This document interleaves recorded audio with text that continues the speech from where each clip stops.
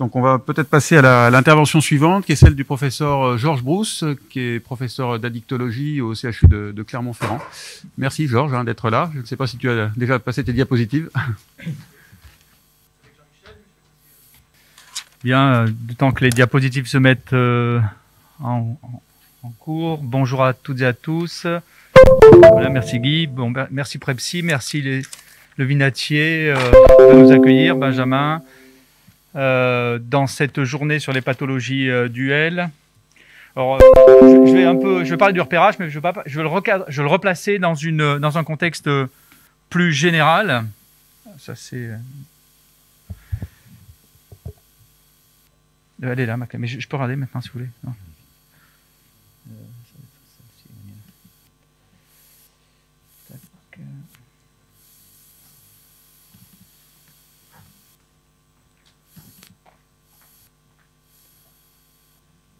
J'ai appelé ça modestement proposition Georges Brousse. Donc. Bien, je vais essayer de faire rapidement parce que je crois qu'on a j'ai une dizaine de minutes. Enfin, je vais peut-être parce qu'après il y a Jean-Michel qui intervient.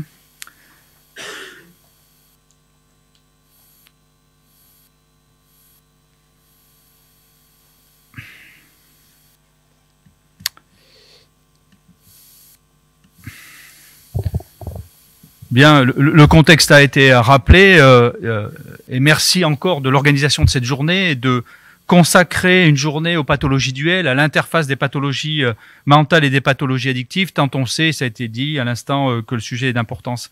Alors les pathologies duel, vite les définitions, mais c'est déjà été dit, mais c'est un processus quand même morbide et synergique. C'est-à-dire que c'est pas que l'association de deux troubles, c'est plus que ça, c'est que lorsque les deux troubles sont associés, eh bien ils s'influencent l'un l'autre pour produire une nouvelle entité qui aura sa propre vie avec des propres problématiques. C'est-à-dire que c'est pas simplement une addition, c'est aussi autre chose avec la somme de symptômes, la disparition de symptômes et puis parfois des symptômes, avec parfois des symptômes nouveaux qui apparaissent, qui conduit évidemment à un retard diagnostique. Donc évidemment, la question du repérage des pathologies duel s'inscrit évidemment dans un continuum du parcours de soins du patient où il sera pris en charge, on va le voir, dans deux filières qui sont classiquement les filières ou psychiatriques ou addictologiques, dans lesquelles évidemment le repérage de la pathologie mentale en addictologie ou de la pathologie addictive en psychiatrie devra être fait.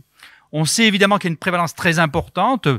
20 à 30% des patients qui souffrent de troubles mentaux présentent des abus ou des dépendances à des substances, en dehors du tabac dont l'importance a été rappelée à l'instant. Et puis évidemment, les patients souffrant d'addiction, 40 à 50% d'entre eux présentent des pathologies mentales, tant il est important de dire aujourd'hui que la présence d'une pathologie mentale chez un patient souffrant d'addiction est la règle et non pas l'exception. Donc les rechercher. Évidemment, le repérage, ça veut dire dès que vous voulez une pathologie addictive, vous dites quelle est la pathologie mentale dessous. Donc déjà, finalement, un effort de repérage, c'est un effort de se poser systématiquement la question et ne pas rejeter. Et c'est un nouveau pari, c'est un pari, pour un Clermontois, c'est normal de faire des paris, mais en réalité, toujours se dire que derrière la pathologie addictive, lorsqu'elle est difficile à prendre en charge notamment, eh bien toujours se dire qu'il y a la pathologie mentale. Pendant longtemps, on a fait l'exclusion de la pathologie mentale en se disant, eh bien non, c'est pas une pathologie mentale parce qu'il n'y a pas tous les symptômes, parce qu'on peut pas complètement dire que c'est vraiment une schizophrénie, parce qu'on peut pas complètement dire que c'est un trouble de l'humeur. Eh bien je vous propose le contraire. Je dis, prouvez-moi que c'est pas une schizophrénie, prouvez-moi que c'est pas un trouble de l'humeur, au vu de l'évolution, au vu des éléments diachroniques, notamment de l'évolution du patient,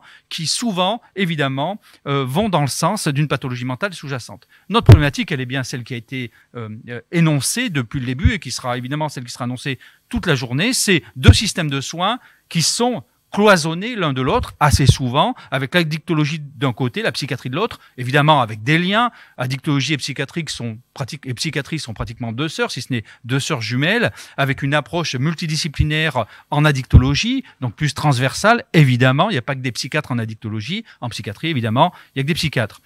En psychiatrie, il y a une approche plus ancienne, plus historique, plus structurée, avec des secteurs et des filières de soins. Les acteurs sont différents, évidemment, mais quand même, il y a des similarités. Un champ sanitaire qui est fort en psychiatrie, mais évidemment avec une démographie médicale qui est ce qu'elle est, qui est fort en addictologie, issu notamment beaucoup de la médecine générale historiquement dans les XAPA, avec un lien particulier avec la psychiatrie, mais pas seulement, les urgences pour les deux disciplines, une filière de soins avec des soins de suite et des réadaptations, un accès aux soins plutôt spécifiques en psychiatrie, bien qu'il puisse passer par les urgences, les CMP et la psychiatrie, mais dans sa discipline elle-même, tandis qu'en addictologie, le parcours de soins est plutôt multi-entrée et les patients rentrent un peu quand ils veulent dans le système de soins. Donc en fait, évidemment, pour le repérage, c'est plus compliqué. Quand les patients sont un peu à différents endroits, c'est plus complexe en addictologie de voir arriver les patients et de, évidemment, faire des diagnostics de pathologie psychiatrique parce qu'il faut avoir la spécificité, la capacité de diagnostiquer tout cela. Les systèmes sont pas articulés, c'est une difficulté donc pour le repérage parce que une fois on se dit il y a peut-être quelque chose, ben, comment je fais, vers qui je m'oriente.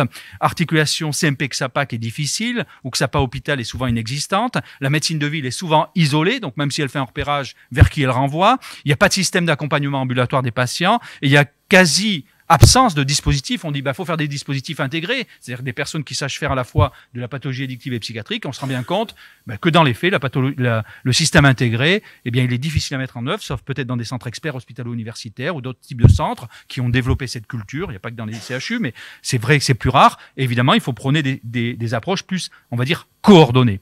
Il y a des éléments cloisonnés. Ça a été rappelé, le cloisonnement de la prise en charge du tabac en système de soins psychiatriques. Et pourtant, la question du repérage, elle est évidente. Ils sont sous nos yeux, les patients. Non seulement ces patients ont des problématiques de tabagisme, mais au-delà de ce repérage-là, de cette évidence-là, il faut aller vers la prise en charge. Les pathologies chez les patients souffrant de pathologies psychiatriques qui sont évidemment qui souffrent d'addiction ou de dépression, qui sont présents dans l'EXAPA, il y a peu de psychiatres pour les voir.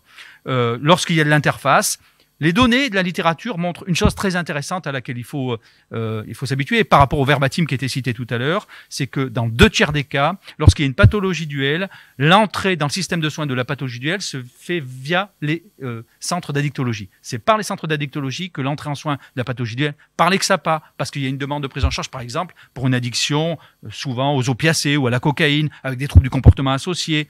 Donc c'est souvent de ce point de vue-là que la prise en charge est faite et donc que le repérage doit être fait et on doit insister là-dessus au niveau des XAPA. Une approche, il y a des recommandations, il y en a très peu, elles sont peu appliquées, il y en a peu.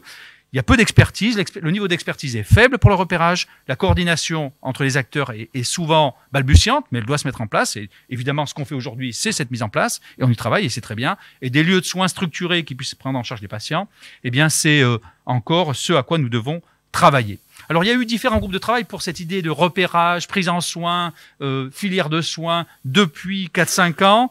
Différents groupes de travail, le centre de preuve en santé mentale, piloté par Olivier Cotensin, un travail sur le parcours des soins des patients souffrant de pathologies addictives, et dans cette idée du parcours de soins, repérer la pathologie mentale sous-jacente. Le guide de la Fédération Addiction, qui a été piloté par Jean-Michel Delille et moi-même, avec lequel nous avons travaillé auprès des acteurs pour savoir quelle ingénierie, quel type de système pouvait être généré au niveau des acteurs dans le repérage et dans l'accompagnement de patients souffrant de pathologies psychiatriques, comment on pouvait voir émerger une nouvelle clinique de ces patients addicto-psychiatriques, si je puis dire, et comment on pouvait encourager des solutions de terrain et en faire des solutions globales. Ce guide qui est disponible et que je vous invite à consulter si vous ne l'avez pas déjà fait, bien évidemment. Et puis ensuite, une journée de réflexion, il y a pratiquement 1 an, au ministère de la Santé, c'était là complètement virtuel pour le coup, où nous avons échangé avec tous les acteurs sous l'égide de la Fédération française d'addictologie, de la Fédération Addiction, de tous les acteurs, Santé Mentale France, un certain nombre d'acteurs qui ont réfléchi à comment on pouvait prendre en charge ces problématiques de pathologie duelle. Et puis, le COPIL psychiatrie au sein de la Commission nationale de psychiatrie qui était pilotée par Amine Benyamina, qui aboutit lors des assises de santé mentale à des propositions que nous avons faites sur la prise en charge des pathologies duelles, du repérage à la prise en soins au sein des patients souffrant de pathologies addictives ou de pathologies mentales. En tout cas, c'était plutôt en santé mentale pour le coup. Les assises de la santé mentale, donc qu'est-ce qui a été proposé? Et donc là-dedans, on pourra sortir des choses qui ont à voir avec le repérage. C'est d'abord améliorer la formation des acteurs, c'est évident. Améliorer la coordination des parcours, pas forcément la possibilité de faire de soins intégrés, mais mieux coordonner les acteurs du parcours, favoriser des réponses intégrées sur tous les temps du territoire et favoriser la création de centres experts référents en pathologie duelle. Améliorer la formation des acteurs, c'est ce qu'on fait ici. Il faudra continuer des DU de pathologie duelle, par exemple, des enseignements fléchés en pathologie duelle, des formations d'infirmières en pratique avancée en addictologie, qui est une base en santé mentale et un lien important. C'est ce qui commence à se faire, notamment sous l'égide de Benjamin Rolland. Et ceci, évidemment, dans l'amélioration des repérages, favoriserait de limiter les errances diagnostiques qui sont très importantes. Elles sont les errances diagnostiques importantes en psychiatrie, 10 ans pour diagnostiquer un trouble bipolaire, 15 à 20 ans lorsque c'est un trouble bipolaire chez un patient souffrant d'addiction à l'alcool, par exemple.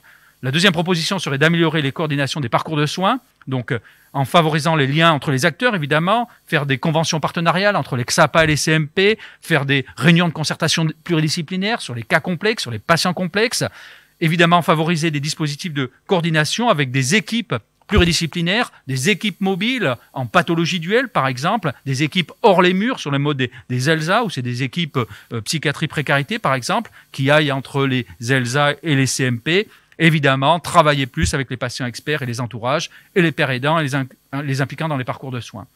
La troisième proposition, c'est de favoriser les réponses intégrées sur tous les temps du parcours de soins, donc favoriser le développement de dispositifs mobiles de soins psychiatriques intensifs à domicile et acculturer les soins intensifs psychiatriques à domicile à la pathologie addictive, c'était dit, et plus loin dans les centres de réhabilitation, faire une acculturation sur tout le temps de l'accompagnement psychiatrique sur la réponse addictologique et pas la séparer en disant c'est de l'addicto, c'est pas de la psy. Eh bien, évidemment, si c'est de l'addictologie, c'est aussi probablement dans ces patients-là, pour lesquels il y a besoin de soins intensifs, d'accompagnement au long cours, il y a souvent évidemment de la psychiatrie.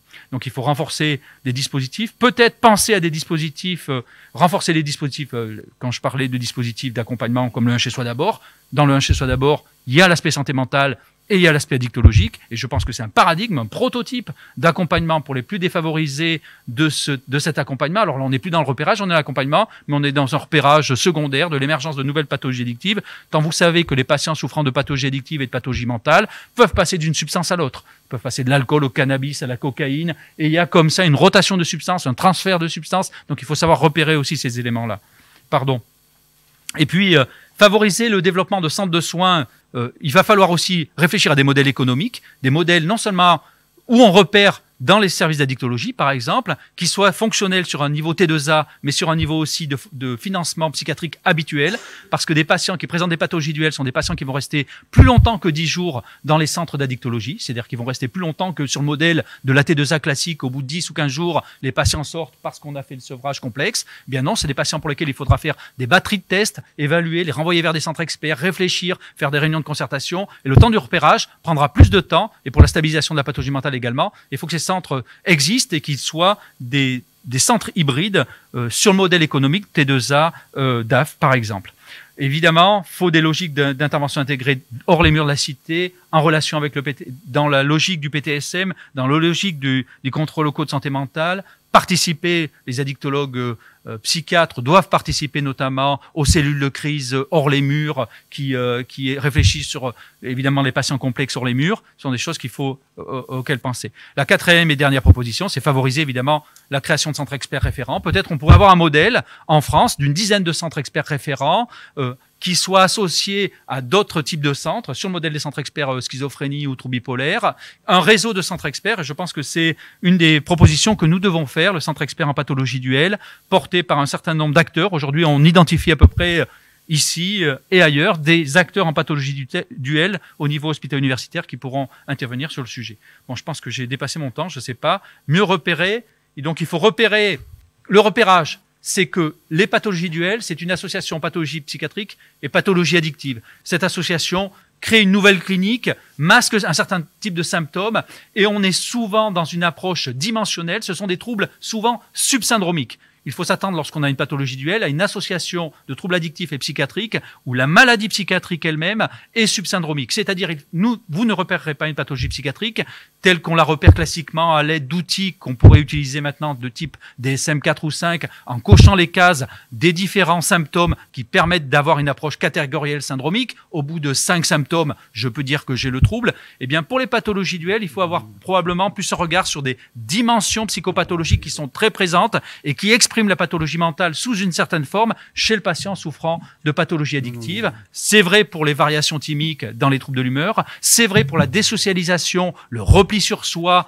les symptômes négatifs très présents chez certains patients toxicomanes, notamment sans éléments, par exemple, délirants associés, où il faut savoir chercher, par exemple, un trouble psychotique. Et c'est vrai dans, par exemple, les conduites manifestations suicidaires et des effondrements thymiques chez certains patients.